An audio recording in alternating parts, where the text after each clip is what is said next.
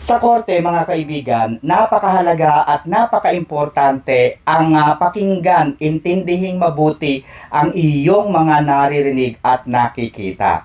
At eto nga mga kaibigan, sa tagpong ito, tanging typographical error ang naisagot ni NBI Director Attorney Jeremy Lotok kay Senator Judge Amy Marcos. No, Your Honor. I believe that's a typo yung date. Kasi that's a typo, Your Honor, yung date. Kasi makikita doon yung date noong appearance ng taga-ABS-CBN, which is consistent ho siya doon sa ibang inisyuhan Kailan ng ba yung subpoena. appearance? Kasi hindi ko nasusundan yung timeline ninyo eh.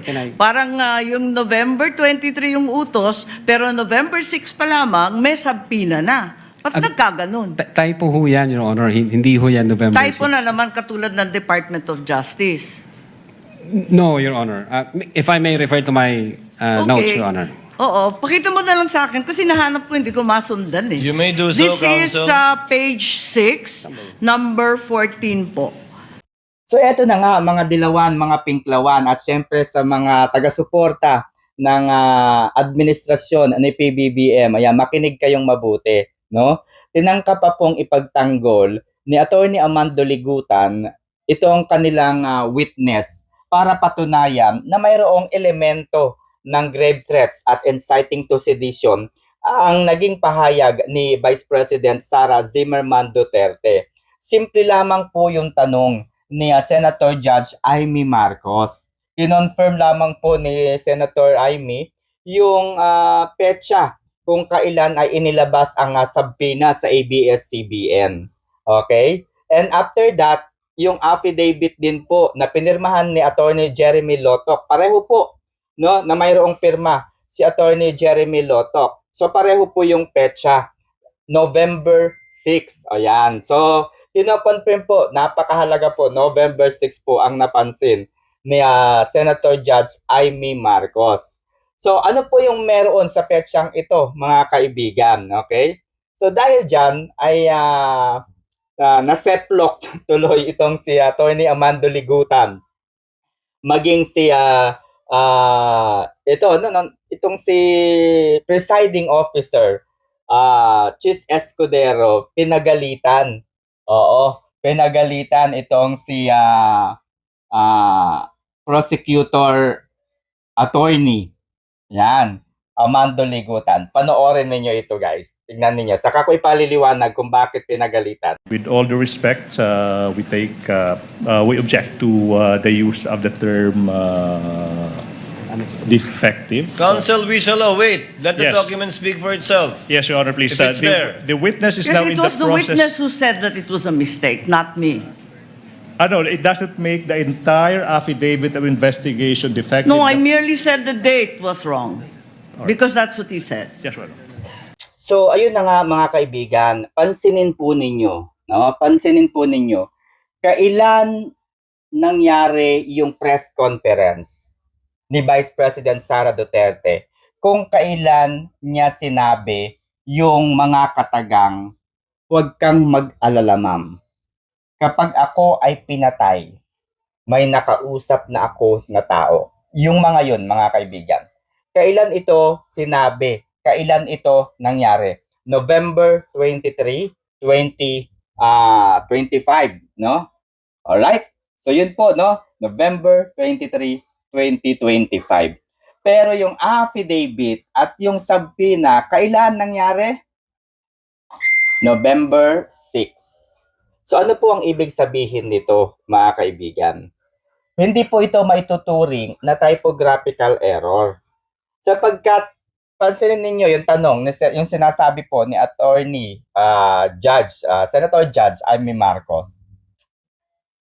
Ibig sabihin, hindi pa nagkakaroon ng press conference, minamatyagan na ninyo si Vice President Sara Duterte? Yun po, maging malinaw.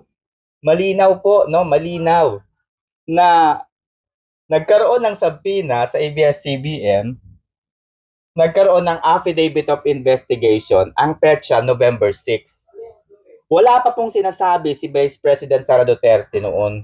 Hindi pa po nagkakaroon ng press conference noon. Bakit ganun nangyari? So kidding aside mga kaibigan, sa korte napakahalaga na may establish ang chronological order ng mga pangyayari. Dahil sa pagkakaroon po ng maayos, malinaw at sunod-sunod na mga pangyayari, malalaman ang buong konteksto ng isang salita. Okay? So, pansinin po ninyo. Ito ang dahilan kung bakit marahil ay hindi na po inimbitahan ng prosecution team si Attorney Zulaika Lopez at itong si Captain Belinda Bello. Kung inyong iintindihin ang mga naging pahayag ni Attorney Lorna Kapunan, that we find it totally unnecessary, redundant, and a surplusage to still present Attorney Zulaika Lopez and as well Captain Belinda Bello. sabi po ni Attorney Lorna Kapunan, no, hindi na nila iimbitahan pa si Attorney Zulaika Lopez. Sa kadahilanang ang pag-imbita pa po sa mga ito ay unnecessary na. Okay? Redundant and surplusage. Ibig sabihin, okay, isa-isahin natin, unnecessary, hindi na raw importante, hindi na mahalaga dahil nakapagsalita na yung dalawa. Okay? Given, unnecessary. Pangalawa, redundant na daw. Ibig sabihin ng redundant, baka yung kasinungalingan nila ay mapasinungalingan lalo. Okay? At syempre, yung surplusage, yan po yung isang bagay na hindi dapat lumabas. Surplusage. Ibig sabihin, there is already a quantum of evidence na daw. There is already quantum of evidence na surplusage. Dahil ayaw na nilang dagdagan pa yung mga bagay na narinig at nakita natin sa dalawang witness na kanilang iniharap. Yun lang. And good morning. Senator Judge Aquino. Senator Marcos, you may proceed, ma'am, when you're ready. Thank you very much, Presiding Officer. And Attorney Lontok, Yes, ma'am. maupay nga pag-abot din Mapaya kulog, ma'am. aton Senado. Opo, ma'am. Okay, I'd like to affirm lang yung sinabi mo kanina na noong nangyari nga itong hating gabi na interview ni Vice President sa Zoom, agad-agad inorderan kayo, inonstructionan ng NBI na mag-imbestiga. Tama po yun? Hindi po, Your Honor. Sabado po yon, lunchtime, mayroon kaming meeting ako with the then Director Santiago. I think between 12 noon and 1 p.m. And then mayroong instruction na nanggaling kay Delta Santiago na, Jeremy, may kumakalat sa social media, may mga utterances na ginawa ang Vice Presidente. Imbestigahan natin. Since may cyber aspect ito, imbestigahan nyo na. Doon po nagsimula yon. Tama. So anong araw yon? Kasi andito sa inyong affidavit of investigation at yung sinabi ninyo na on even date, ang tinutukoy mo ba yung November 23 din? November 23, ma'am. Kasi natapos ho ang... Oo, live- gabing-gabi kasi yon di ba? Madaling araw po ng alauna, ma'am. That's right. So, nag-meeting kayo kaagad-agad? Ganun ba? Hindi, ma'am. Hindi po kasi namin alam yun. Kailan kayo inutusan na mag-imbestiga? During lunchtime, nung may meeting kami ni then Director Santiago, pero iba ho ang iniimbestigahan namin krimen, Kailan kayo sinabihan ng DOJ na mag-imbestiga? Anong araw? That po same day, ma'am. Kaya nga, after- November 23. November pa rin. 23. Oo, pareho lang. Yun ang sinabi ninyo kanina nung tinatanong kayo ng counsel ng prosecution. Yan din ang nakasaad. On even date ang nakasabi sa inyong Opo. affidavit. Yes, ma'am. Okay. So, nag-umpisa na kayo. Kwento nga ninyo, four-phase yung investigasyon. Nag-umpisa sa identification. Nagbigay kayo ng hash value. Nag-preserve kayo ng data. Pagkatapos nag-research kayo. Subsequently, sinabi mo na meron kayong open source intelligence search at natuklasan ninyo na meron palang October 18 video na press con na naman ni OVP na nasa Facebook at may mga sinasabi na naman na puputulin yung ulo. Tama ba yon yung October 18 ang nakita ninyo? That's the continuation in the analysis phase, Your Honor. Oo. Yes, Your Honor. Kasi nag-research na kayo, no? Bilang fourth phase nga ng inyong investigasyon. Tama po ba? Hindi po, Your Honor. Yun yung third phase ho, yung analysis and attribution. Sa analysis pa at attribution. So third phase. Pero bandang huli na. Ang pinagtatakahan ko, kung inutusan kayo ng November 23 na magkaroon ng investigasyon, bakit napakaaga? November 6, 2024, a subpoena was issued to ABS-CBN requiring them to submit an authenticated copy of the video pertaining to the 18 October press con. Nandito to sa affidavit ninyo, nasa page 8, number 14. Kung inutusan kayo noong November 23, ang ibig ba sabihin, November 6 pa lang, minamanmanan na si Vice President? Iniimbestigahan na siya bago pa yung Zoom conference sa Kongreso? No, Your Honor. I believe that's a typo yung date. Kasi that's a typo, Your Honor, yung date. Kasi makikita doon yung date noong appearance ng taga-ABS-CBN, which is consistent ho siya doon sa ibang initial Kailan ng ba yung subpoena. appearance? Kasi hindi ko nasusundan yung timeline ninyo eh. Parang yung November 23 yung utos, pero November 6 pa lamang, may subpoena na. Ba't nagkaganon? Typo ho yan, Your Honor. Hindi ho yan November 6. Typo na naman katulad ng Department of Justice. No, Your Honor. If I may refer to my notes, Your Honor. Oo, pakita mo na lang sa akin kasi nahanap ko, hindi ko masundan eh. You may do so, This is Counsel. page 6, number 14 po. November 6, 2024, subpoena to ABS-CBN.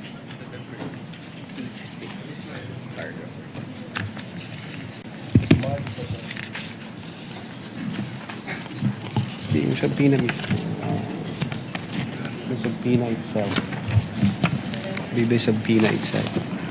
Wala naman yatang date na binibigay tungkol sa appearance ni Patria Morales at yung iba pang Meron po, taga-ABS. Your Honor, if I Pakituro lang have kasi the, hinahanap record po of the namin. subpoena.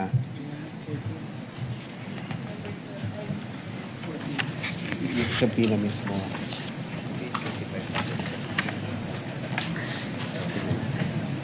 For information, the time of Senator Judge Marcos is over. Kindly, Yes, but he's still responding of to course, the we same will wait for question the if you will response. allow.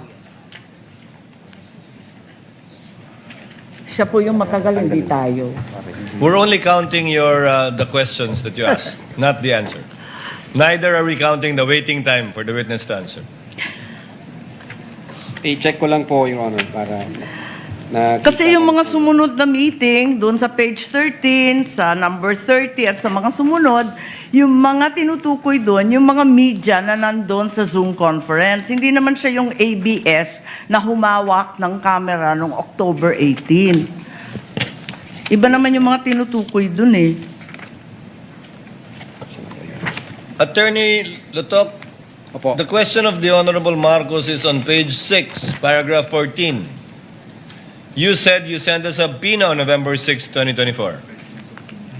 Unfortunately, because the annexes are not part of the document marked, it's not here. So the question is quite clear. If it's a mistake, then what is the correct date of the subpoena? If I can see the real subpoena, Your Honor. Kindly talk to the mic, please. Yeah. If I can see the real subpoena, Your Honor, because the subpoena was signed by our assistant director for investigation service. As I said, unfortunately, it was not attached to your affidavit, and I doubt if it's one of those marked or pre-marked Wala. by the counsel for prosecutors. As he said and admitted earlier, he did not or they did not mark all of the annexes in your affidavit. Yes, Your Honor. If I may, check ko lang po, Your Honor, para sigurado ho. Wala sa'yo ngayon. Inaanap ko po rito. Wala nga pong annex yan eh. Wala sa annex at wala rin sa affidavit. Kasi yung mga media na tinutukoy sa ibang pahina, yung mga nag-interview nung Zoom conference. Dito ho yung certified true copy daw, Your Honor. If I may, Your Honor, please, can I assist on this regard, if the court will allow? Only if you can produce a copy of the November 6 subpoena, counsel. Exactly, Your Honor. The documents are present. They are in the possession at present of the witness, Your Honor, please. They may not have been physically attached to the affidavit investigation, but they do exist in the records of the case as separate pre-marked documents, Your Honor, please. So Okay. it's here? Presiding officer, then is counsel saying that therefore the affidavit is defective or wrongful, and We that don't- November 6 is not the right date? What then is the right date to With the all due subpoena respect, to Your Honor, ABS? please, with all due respect, we object to the use of the term defective. Counsel, we shall await. Let the Yes. document speak for itself. Yes, Your Honor, please. If it's there. The witness is Yes, now it in the was the witness process. who said that it was a mistake, not me. No, it doesn't make the entire affidavit of investigation defective. No, I merely said the date was wrong, because that's what he said. Yes, Your Honor.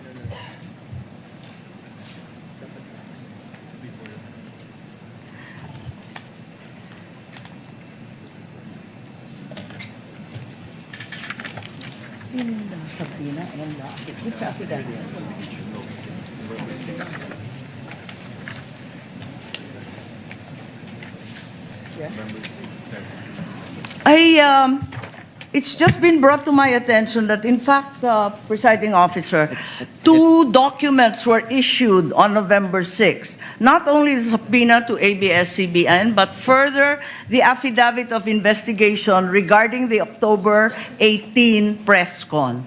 Can we please be clarified as to these two documents which don't seem to appear in the affidavit nor in the annexes provided? Let's first wait for the witness to answer the first question, Senator Judge Marcos. Okay. Yes, If I- Attorney Lotok. If I may, Your Honor. Ito ho, ang subpoena, Duces Tecom, yung date ho ng appearance niya is December 11.